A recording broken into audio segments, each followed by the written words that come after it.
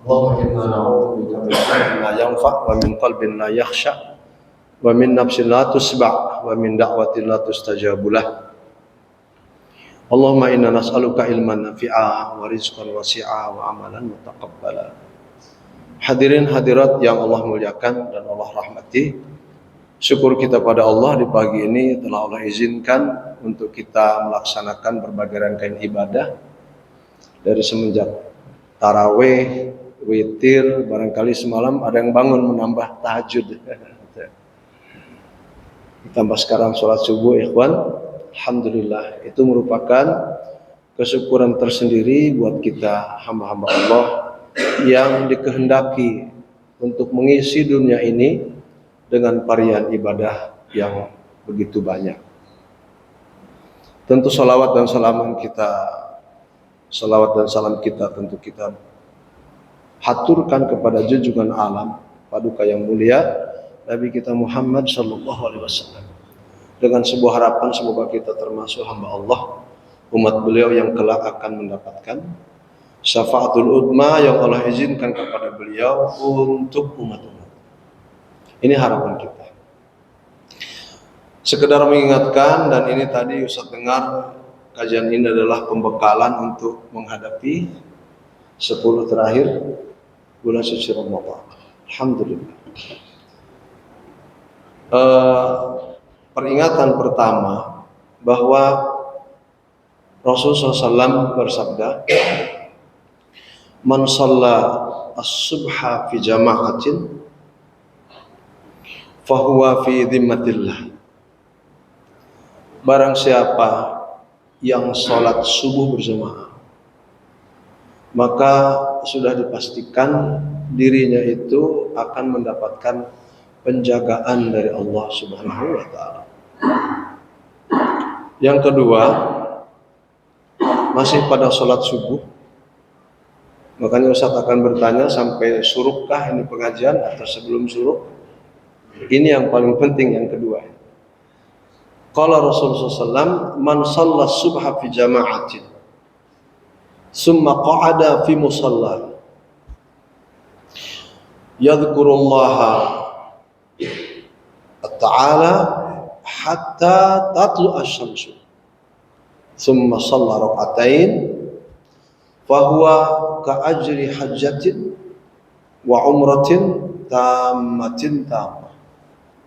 Siapa saja dari hamba Allah ini yang kebiasaannya sholat subuhnya itu berjamaah di masjid, lalu dia duduk-duduk di musholanya. Mushola itu tempat sholat. Ini ataupun mushola di Saudi itu besar, tidak kecil kayak masjid ini. Justru mushola itu tempat umum masyarakat sholat, dan rata-rata lapangan itu mushola. Lalu duduk-duduk di musholahnya, duduknya itu berisikan apa? Berisikan zikir kepada Allah Subhanahu wa ta'ala. Zikir variannya bisa baca Quran, bisa berzikir melalui doa-doa, atau zikir seperti ini, taklim. Sampai datang pada kita matahari muncul dari timur. Waktu syuruk, Pak, maksudnya. Lalu mereka sholat 2 rakaat. Apa kata Rasul? Jika kita terbiasa melakukan itu, bagi dia, kata Rasulullah SAW, pahala haji dan umroh, Masya Allah, sempurna, dalam keadaan sempurna. 2 kali disebutkan, tamatin. Di riwayat lain 3 kali Rasul menyampaikan tamatin, tamah, lengkap, sempurna. Jadi betapa bahagia dan untungnya hamba-hamba Allah Subhanahu wa ta'ala yang selalu melakukan ritual seperti hadis ini. Artinya setiap hari kita mendapatkan pahala haji, pahala umroh dalam keadaan sempurna. Betapapun kita belum haji tapi pahalanya sudah didahulukan, atau kita yang sudah haji pahalanya ditambahkan. Padahal kalau kita ingin melakukan haji, Pak, subhanallah. Sekarang nunggu berapa? Sudah mahal. Nunggunya itu ada yang 20 tahun, ada yang 15 tahun ya Pak ya. Ada yang 10 tahun. Kakak saya menunggu 15 tahun sampai meninggal dunia belum haji ya. Allah Akbar. Ini peringatan kita yang kedua. Selanjutnya Bapak sekalian yang Allah rahmati,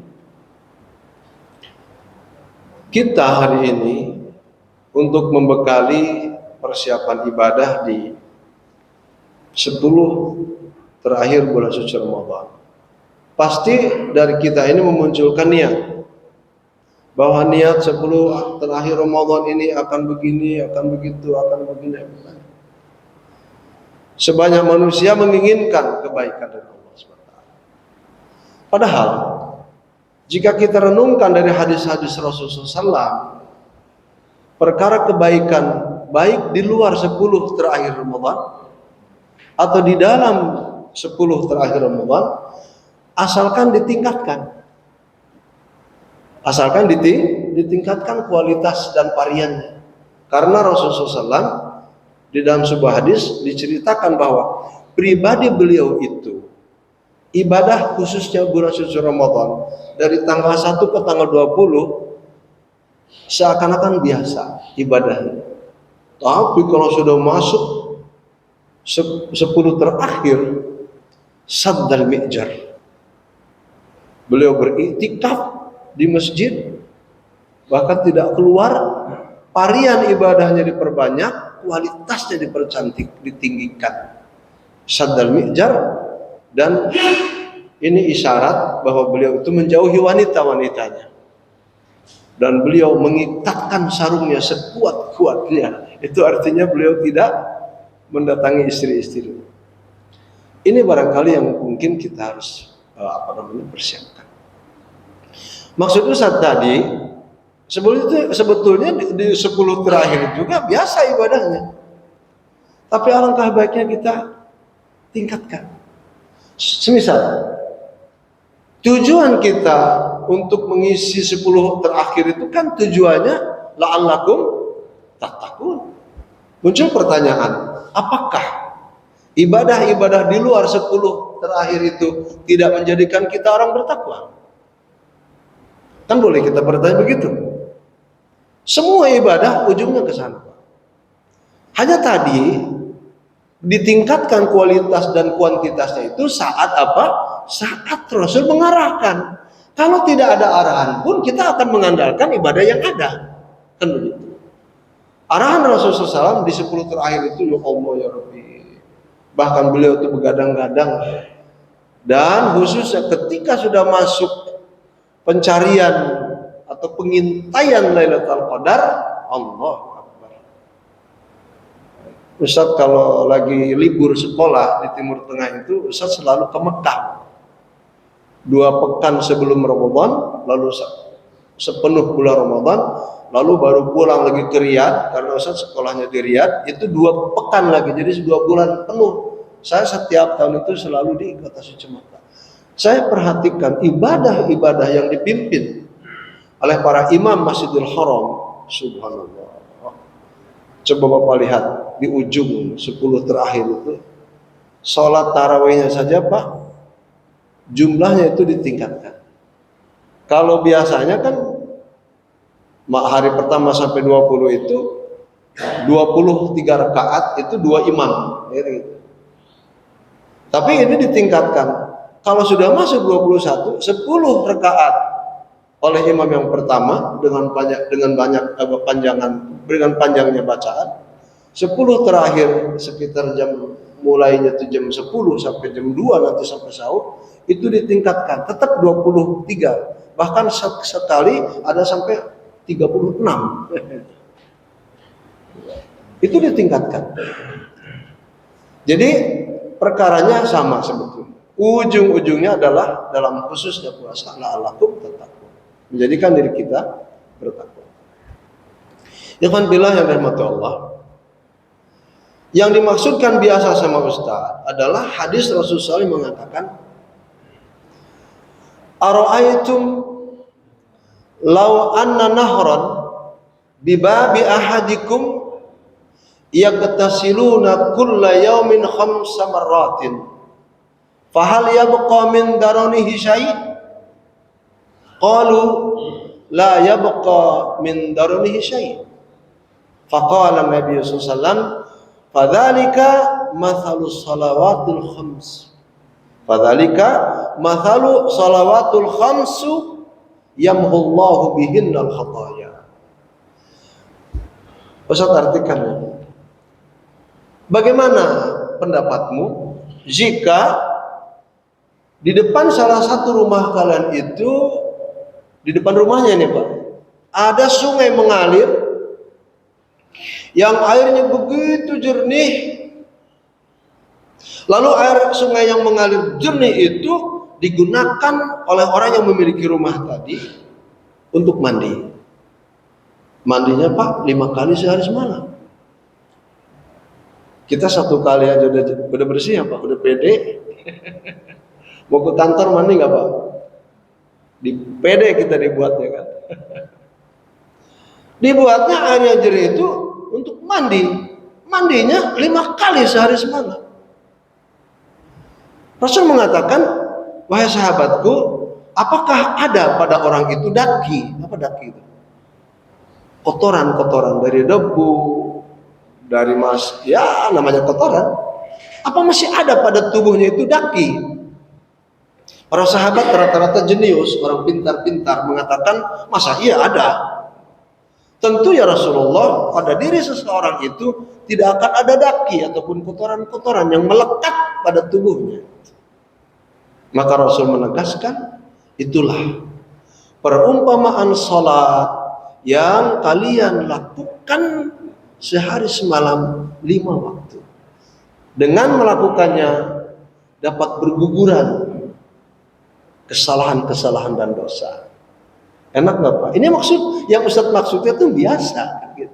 Kita kan sholat biasa. Nah, ini yang pertama. Yang kedua, ikhwan, Rasul mengatakan lagi,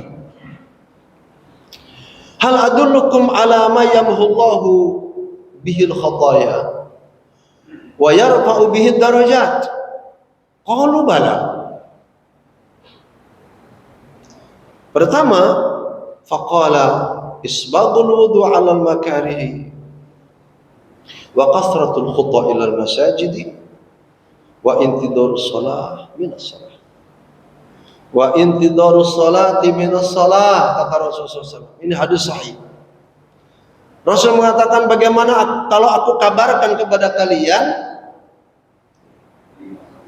pada suatu perbuatan yang kalau kalian lakukan, dengan melakukannya itu berguguran semua dosa.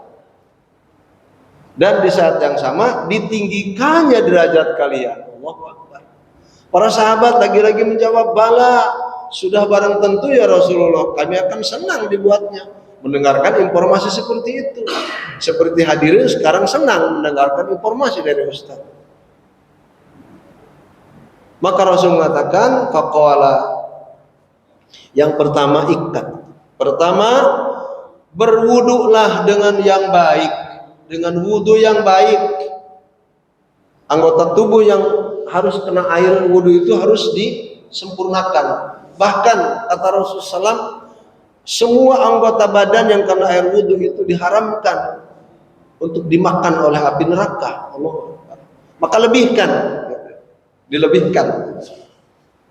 Pertama, wudulah dengan baik, atau dimaknakan oleh ulama yang lain, berwudulah kalian ketika kalian sudah batal. Artinya wudu batal, wudu lagi, batal lagi, wudu lagi. Itu yang pertama.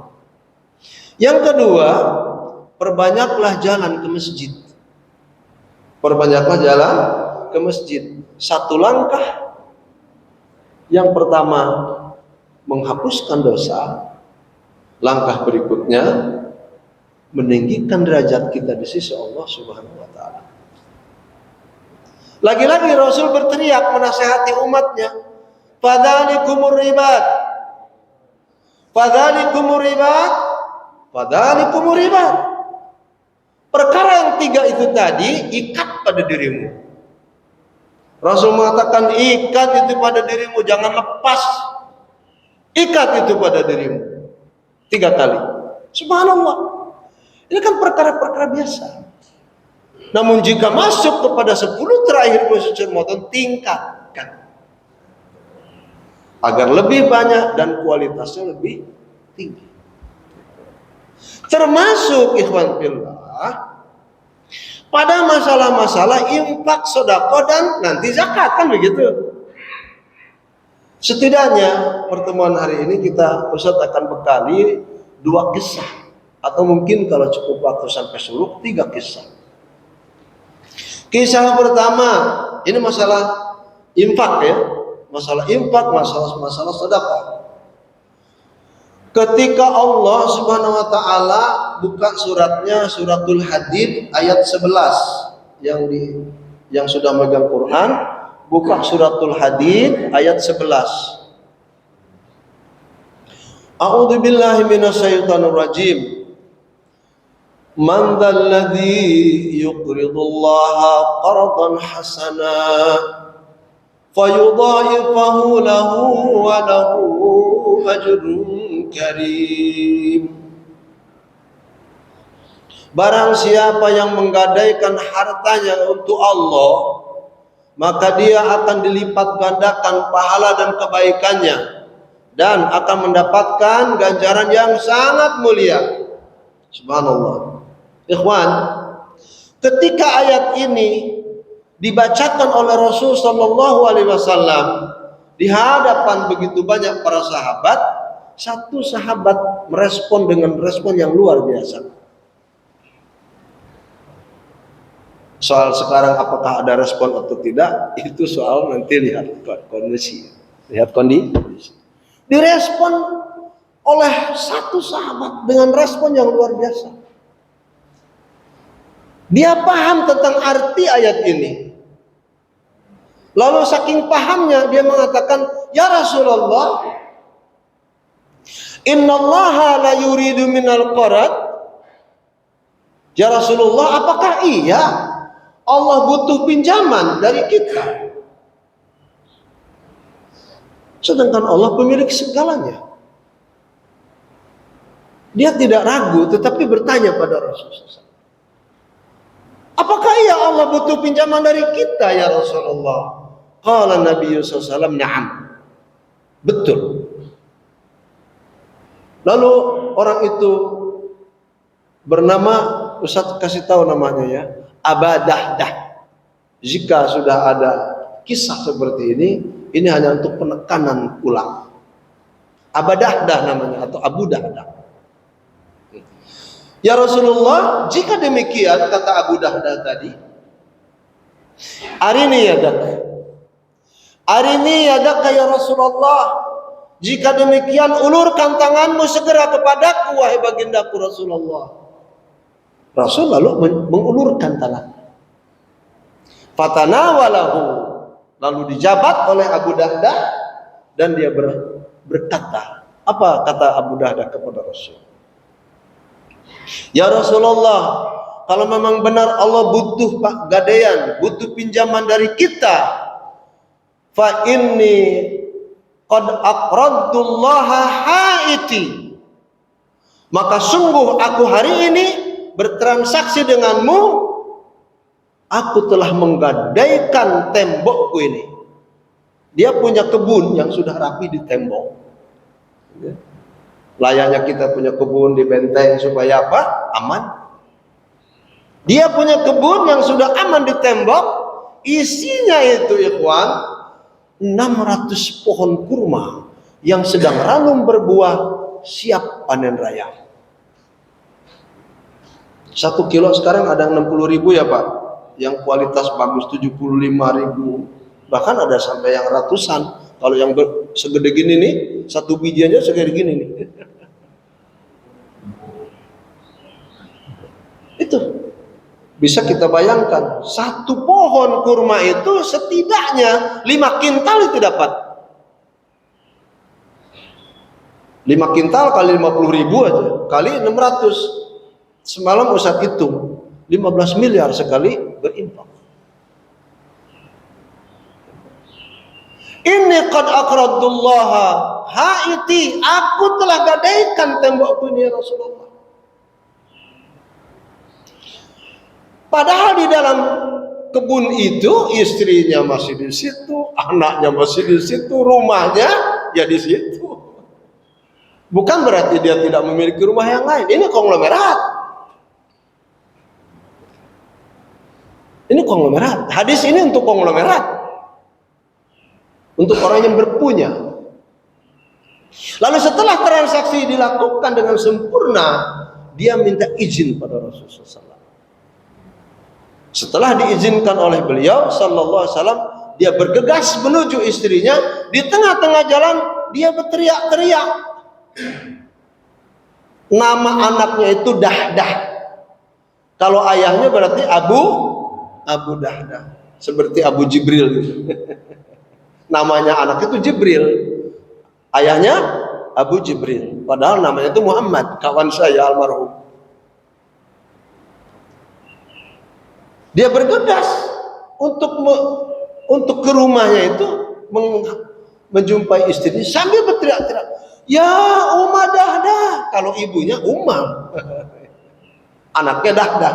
"Ya Umma Dahdah, ukhruji.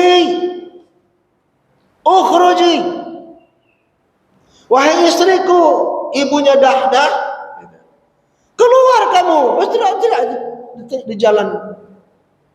"Keluar kamu dari kebun kita. Keluar segera." Ketika sudah berpapasan, istrinya pun kaget. Ini ada apa gerangan suamiku? Enggak biasanya teriak-teriak seperti ini. Ketika sudah berjumpa, dia menjawab. Istrinya yang soleh ini menjawab, "Labbaik ya Aba Dahdah. Saya jawab seruanmu wahai suamiku. Namun ada apa gerangan? Kamu berteriak-teriak seperti itu?" Abu Dahdah menjawab, faqala Abu Dahdah, "Inni qad aqradtuhu Allah. Inni qad aqradullahu hadal haid." Dengarkan baik-baik istriku, kebun ini sudah aku gadaikan kepada Allah seluruhnya. Tidak ada yang tersisa. Baik rumah, isi pohon kurma itu, tapi tidak disebutkan di situ istrinya pun ikut digadaikan.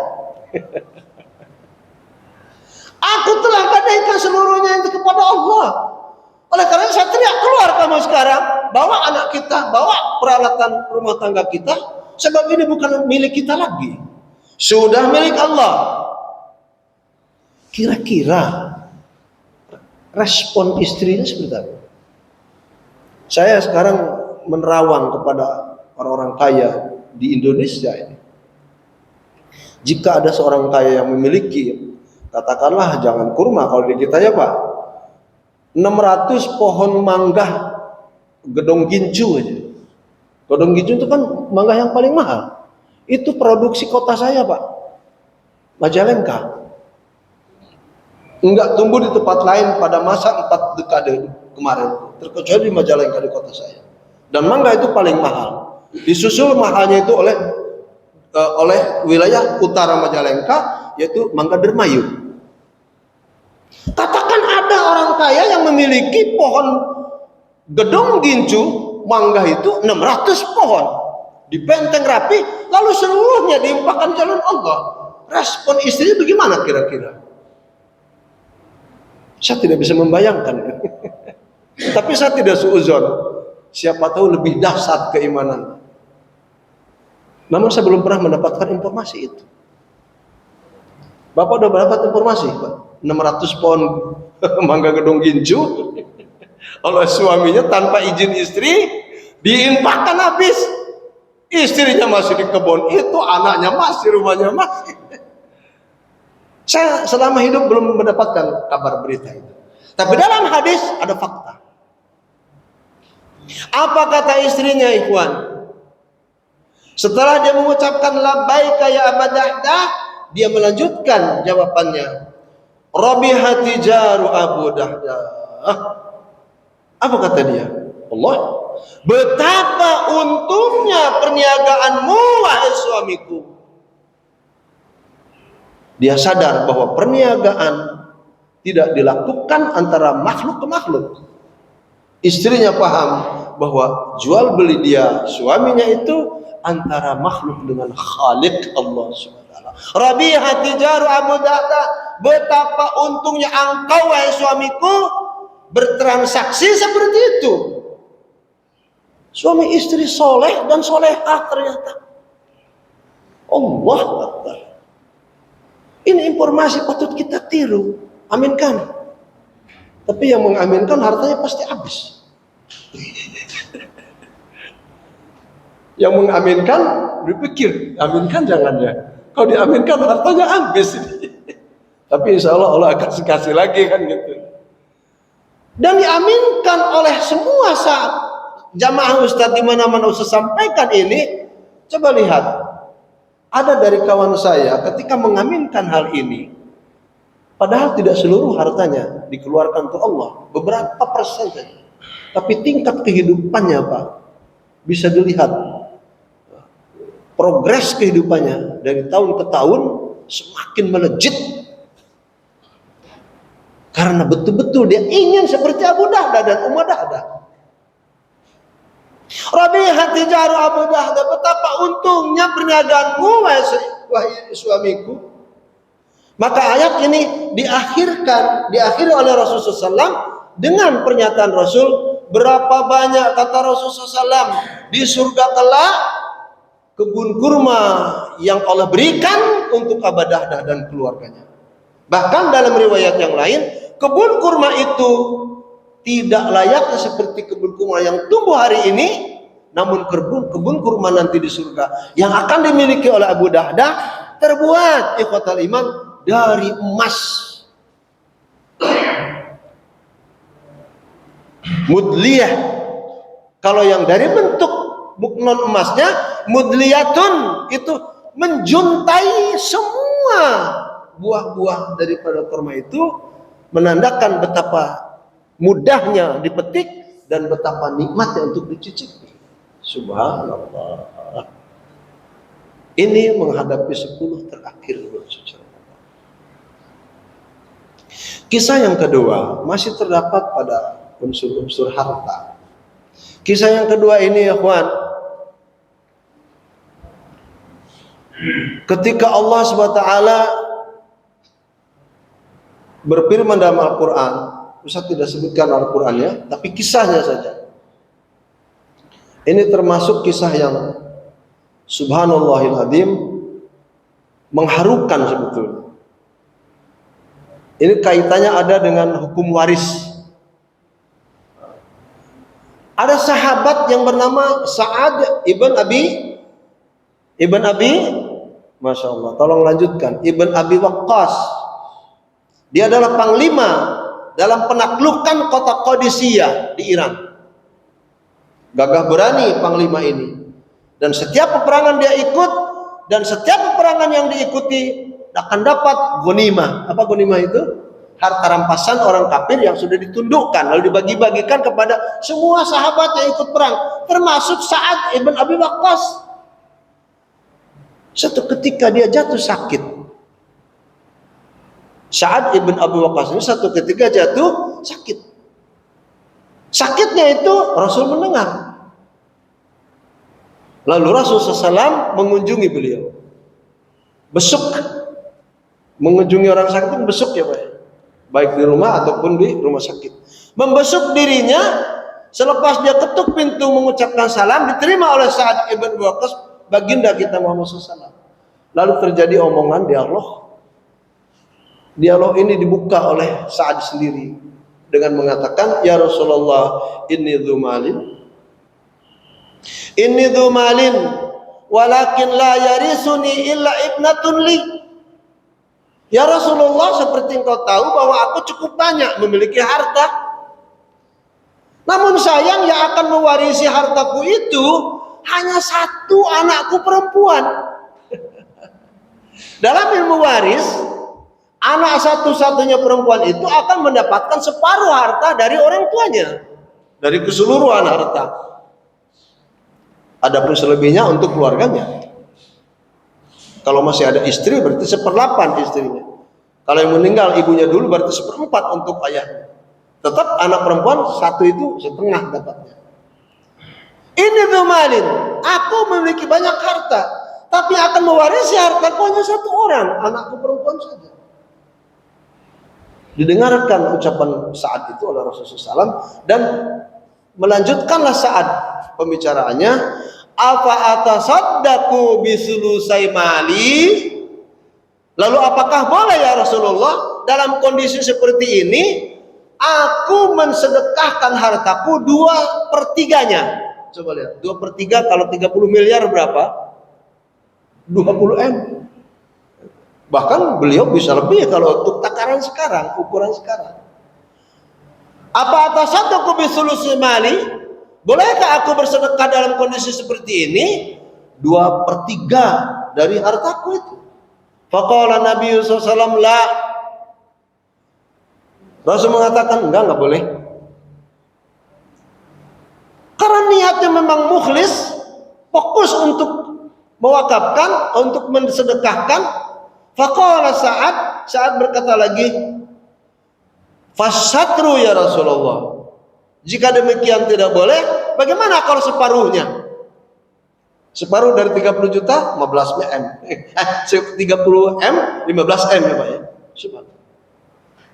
Fasatru ya Rasulullah. Separuhnya kalau begitu ya Rasul. Faqala Nabi SAW, la. Rasul pun menjawab tidak. Faqala Sa'ad, lalu Sa'ad pun berkata lagi, as-sulus ya Rasulullah.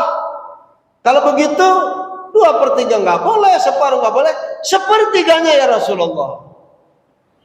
Rasul mendengar 1/3, jawaban Rasulullah SAW, as-sulus, 1/3 wahai Sa'ad.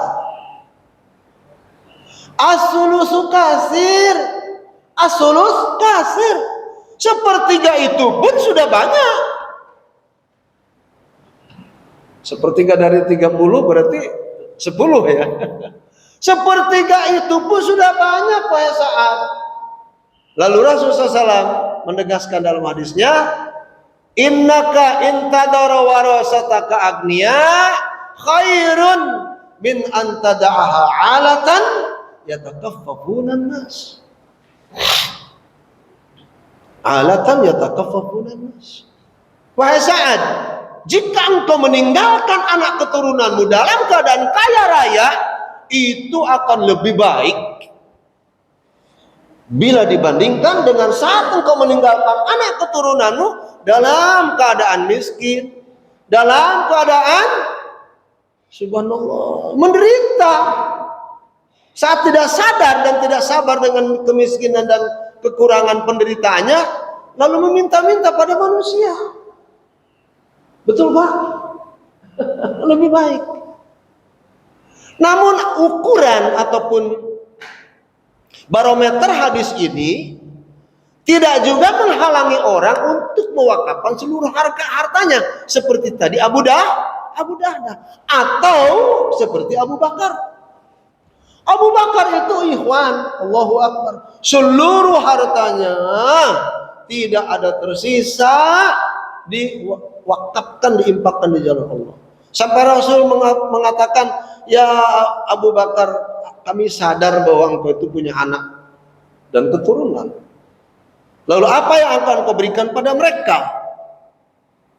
Abu Bakar hanya menjawab, ya Rasulullah, aku hanya memberikan kepada mereka sebagai kekayaan untuk mereka hanya Allah dan engkau. Hanya Allah dan Rasulnya. Allahu Akbar.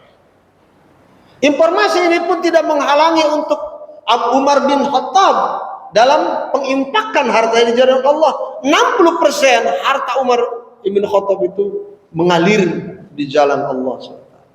Demikian Utsman yang memiliki rekening tertua di dunia. Beliau meninggal tahun kapan Hijriah gitu kan. Tapi kekayaannya sekarang berupa perkebunan kurma di Madinah, berupa hotel yang megah di Mekah. Subhanallah, hasilnya dimasukkan kepada rekening tertua milik Utsman ibn Affan. Dari dua kisah ini dapat kita petik hikmah. Namun hari ini ikhwan, kenyataan yang sekarang kita dapati, masyarakat umat Muhammad sudah terkena penyakit alwahan. Penyakit alwahan ini lebih dahsyat daripada AIDS, lebih dahsyat daripada flu burung, antraks, flu babi. Kemarin apa? Covid. Iya kan? Covid. Nah, umat Muhammad sudah terkena penyakit yang lebih dahsyat dari itu. Apa penyakitnya? Penyakitnya itu bernama alwahan. Maknanya alwahan ini setelah didiagnosa, menghasilkan hasil diagnosa itu maknanya hubbukumud dunya wa karahiyatkumul kitab. Kalian terlalu mencintai dunia sehingga takut mati. Takut kalau diimpakkan hartamu di jalan Allah, lalu kamu kurang hartanya. Sekarang hari ini kita jumpai ikhwan, Rasul mengatakan, "Lau anna li ibni Adam wadiyani labtagha salisan." Jika anak Adam ini memiliki kolam, dia memiliki 2 kolam. Saya dulu pernah menjadi apalah istilahnya, petugas kolam di situ Tunggelis, Bapak tahu? Yang menuju ke Jonggol itu. Saya beberapa tahun di sana ngurus itu. Jika manusia ini memiliki 2 kolam besar, isinya emas, niscaya dia akan mencari kolam yang lain. Menjadi 3 kolam besar berisikan emas. Padahal kata Rasulullah SAW, apa-apa yang menjadi miliknya itu, ujung-ujungnya anak Adam itu hanya memakan tanah. Hanya memakan tanah ujungnya. Dikubur, apa nggak makan tanah nanti? Ditutup tanah kita.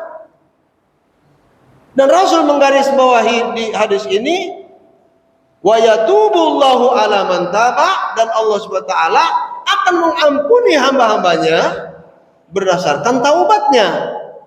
Ya, artinya jika kita orang yang berpunya dan diberikan anugerah begitu banyak nikmat-nikmat ini, maka kita harus tertarik dengan arahan-arahan Allah dan Rasulnya.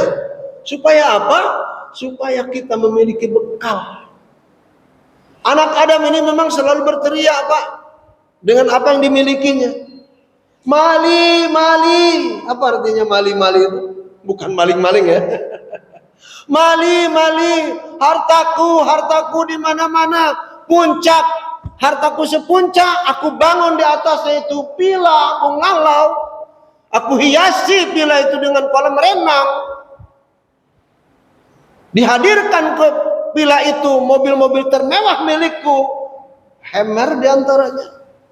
Apa yang mewah lagi itu? Rolls Royce diantaranya. Teriak anak Adam itu. Mali, hartaku seluas Kerawang. Mali, hartaku ada di Maikarta. Mali, hartaku ada di Jonggol. Ribuan hektar oleh orang Jakarta, wilayah Jonggol itu dibeli, Pak. Dan ditanami di dalamnya itu pohon duren montong. Pohon duren petruk. Pohon duren musangking ya Pak ya. Ada merek lain nggak? Bawar. Iya. Sebagian mereka membeli ribuan hektar. Bukan bohong Ustaz Umar, sudah meneliti ke sana.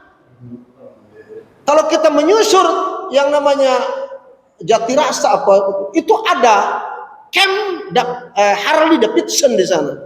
Itu di bawahnya ribuan hektar, Pak. Di atasnya ribuan hektar. Milik siapa? Milik orang Jakarta. Siapa yang punya Harley di sini? Atuh, ajak Ustadz bawa motor lah. Ustadz juga punya jamaah yang malah Ustadz mah jamaahnya yang ngejualin Harley Davidson. Pak Ujang Carsa namanya orang Subang. Mana Pak Ujang Carsa? Emang ada di sini?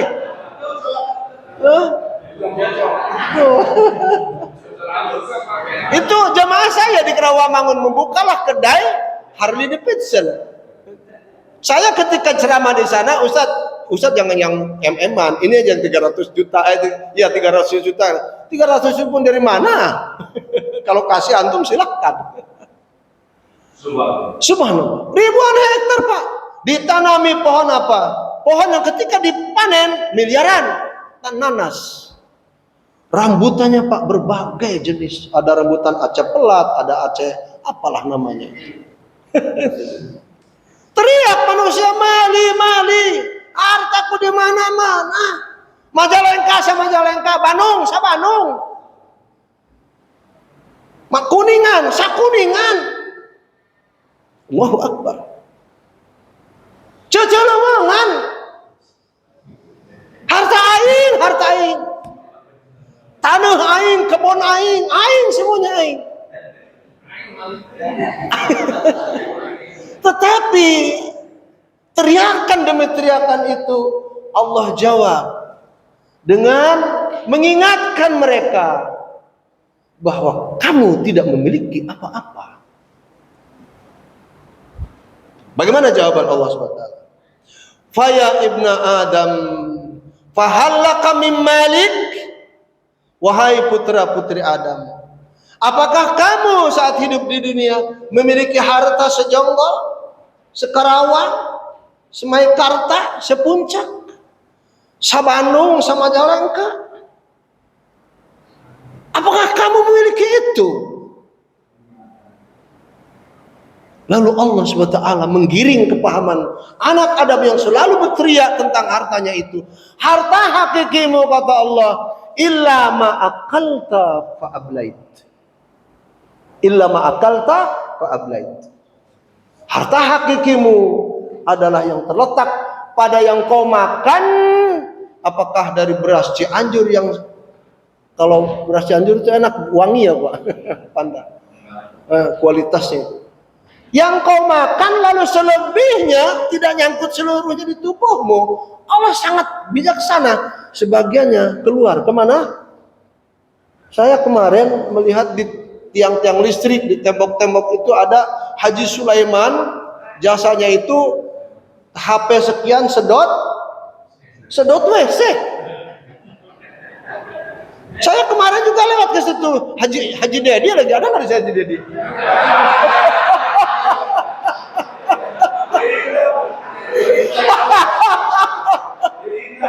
Mohon maaf, ini kan cuma sama aja namanya. Ya kan?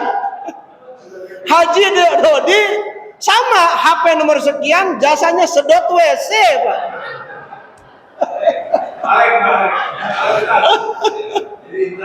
Allahu Akbar. Itu harta kita cuma segitu, Pak. Illa ma'akal, Pak Ablaid. Nah, nu kurang di dahar, saluhina ke mana? Ke WC. Itu. Harta kita tuh cuma itu. Atau yang kedua, kata Allah SWT, au ma labista fa'afnait. Atau yang kau kenakan sebagai baju dapat membungkus auratmu agar kamu tidak dipermalukan. Itu. Jika sudah belel, kata orang Bandung belelnya, pudar lah warnanya, compang-camping. Sebagian kita ke Aldiron, sebagian kita ke Sarinah, sebagian kita ke Tanah Abang. Deket-deketnya kita lah ke Cibubur, Meser no Engal, Mun. Orang Sunda ada nggak sini? Meser no Engal, masa beli yang baru, Meser no Engal kan beli yang baru. Atau harta kita yang ketiga itu, au ma tasaddaqta fa amdait wa ma kana siwa dzalika fadhahibun wa tarikuhu linas. Memang benar ada yang ditarikun nas. Yang ketiga, harta hakiki kita itu ikhwan terletak pada yang kita sedekahkan di jalan Allah, lalu kebaikan dan pahalanya dilipat gandakan oleh Allah SWT. Selainnya itu, kata Allah, Sirna, Aceh 2004 Allah guncang dengan tsunami. Sumatera Barat, ambo sebulan di Sumatera Barat. Di Aceh sebulan pula.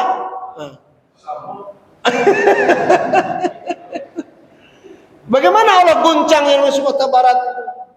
Saya berkeliling itu, sungai Cincin, sungai ini mau terus Padang Alai, keliling sampai ke Sungai Saria. Lalu kita juga ada base camp kita di Kampung Kaliang. Ada orang Kampung Kaliang sini? Udah dia. Bagaimana Allah guncang yang namanya Lombok? 10 hari Ustaz di sana. Poso Ustaz nggak ke sana karena tugas. Harusnya masih di Mersi. Subhanallah, padahibun, harta-harta itu lenyap. Memang ada sebagiannya yang dimanfaatkan oleh keluarga kita untuk istri dan anak-anak kita. Tapi ingat bahwa mengumpulkan harta itu bukan tujuan. Menumpuk-numpuk harta itu bukan tujuan. Apatah lagi cara menumpuknya itu tidak mengerti halal haram, tidak mengerti baik buruk, antem kromo. Masya Allah, semua milikku. Manusia itu akan mati. Manusia itu akan masuk ke liang lahat. Ustadz punya jemaah orang kaya, dia rumahnya di Pondok Indah. Dia punya rumah sudah ditawar orang 1,6 triliun. Dan dia tidak memiliki satu unit, beberapa unit. Rumah itu dihiasi oleh bentel, oleh Rolls bentel, oleh Hammer. Supirnya dikasih itu yang namanya Grand Max odong-odong itu. Itu di sana tuh odong-odong Grand Max, Pak. Padahal bisa pakai Grand Max udah nikmat banget itu. Itu.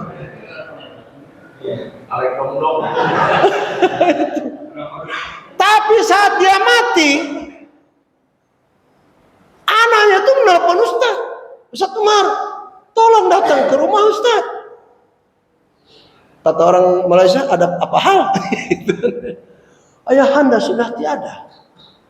Benar kamu bicara? Iya Ustaz. Tolong datang ke rumah kami. Mati manusia itu.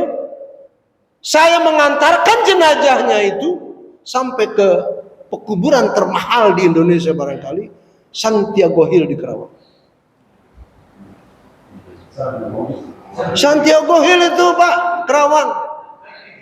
Ya Allah, jasad yang sudah membeku di kain kapanin 3 lapis, lalu saya sholatkan, saya doakan, saya ikut menguburkan ke liang lahatnya. Nggak ada tuh Hammer di bawah. Nggak ada tuh yang namanya Rolls bentel di bawah.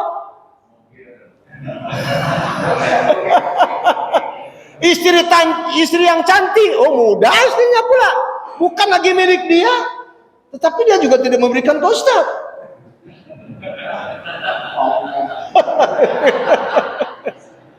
Dan sempat dia menjadi sahabat Ustaz, betapapun antara harta nih Pak, bumi langit lah jauhnya. Sempat menjadi teman saya, calling-callingan dengan orang kaya, subhanallah. Rumahnya bukan 1 unit Pak dia punya. Saksi Ustaz ya kawan, masuk ke liang lahat, saya berderai air mata berpisah dengan dia, dan sempat saya berdoa, ya Rabb, jika engkau berkehendak pada hambamu memiliki harta banyak dan hamba menyaksikan dia adalah orang soleh, sebagian harta yang banyaknya itu diimpakkan untuk pesantren, diimpakkan untuk majelis taklim, diimpakkan untuk yatim piatu, hamba menjadi saksinya. Terima ya Allah apa-apa yang dia lakukan untukmu, dan berkahi sisa-sisa harta untuk anak dan keluarga. Saya ikut mendoakan berderai air mata. Dia salah satu orang terkaya Aceh, pemilik perusahaan segitiga biru. Apa segitiga biru? Nah, cukup ikhwan, udah. Masya Allah. Itu jam, kata Bapak belum, masih lama, jamnya belum jatuh ya Pak ya. Insya Allah kita lanjut di masa akan datang. Karena tujuan pertemuan ini ada semacam pesanan untuk bagaimana kita mengisi 10 hari terakhir Ramadan, kira-kira seperti itulah. Dari harta kita, mari kita infakkan. Terlebih, Ustadz di program ke depan Pak, Mersi insya Allah, waktu kesini Ustadz penggalangan dana ya. Sekarang pun kita Alhamdulillah dapat tanah 5.000 meter Pak, Alhamdulillah. Dari Kementerian Palestina untuk kita bangunkan pasca perang nanti rumah sakit ibu dan anak. Doakan. Semoga insya Allah mudah urusannya. Dan rumah sakit yang kita bangun bersama di sana itu hancur total, bukan total Pak, hancur. Namun insya Allah kita akan rehab. Kita akan lanjut perehabannya dan semoga bisa dimanfaatkan untuk maslahat kita bersama untuk saudara kita di Palestina. Itu saja Pak barangkali dapat saya sampaikan. Semoga bermanfaat dan semoga kita Allahu Akbar diampuni segala dosa kita, dimaafkan segala kesalahan kita dan dirahmati kehidupan kita. Amin ya rabbal alamin. Allahumma taqabbal minna innaka antas samiul alim wa tub alaina innaka antat tawwabur rahim. Allahumma ighfir lana dzunubana wa li walidayna warhamhuma kama rabbayana shighara. Wali ahlina wali dzurriyyatina wali banatina wali ikhwanina wali akhwatina. Allahumma ighfir lil mu'minina wal mu'minat wal muslimina wal muslimat al ahya'i minhum wal amwat. Allahumma a'izil islam wal muslimin wa adil syirka wal musyrikin wa damir a'da'ad din wahmi hauzatad din wansur ibadakal muwahhidin. Allahumma ansur ikhwanana al madlumina fi Gaza wa fi Palestin wa fi Masjidil Aqsa ya Rabbana wa fi biladis Syam wa fi Uighur wa fi Myanmar wa fi Kashmir wa fi Sudan wa fi biladina al-habib Indonesia ya Allah ya rabbal alamin. Allahumma wali alaina khiyarana wa la tuwali alaina syirarana. Allahumma wali alaina khiyarana wa la tuwali alaina syirarana. Allahumma wali alaina khiyarana wa la tuwali alaina syirarana. Rabbana taqabbal minna innaka antas samiul alim wa tub alaina innaka antat tawwabur rahim. Rabbana atina fid dunya hasanah wa fil akhirati hasanah wa qina adzabannar. Aqulu qouli hadza subhanakallahumma wa bihamdika asyhadu an la ilaha illa anta astaghfiruka wa atubu ilaik. Wa sallallahu ala nabiyyina Muhammadin wa ala alihi wa sahabati ajmain. Walhamdulillahirabbil alamin. Assalamualaikum warahmatullahi wabarakatuh. Sudah masuk waktu suruh.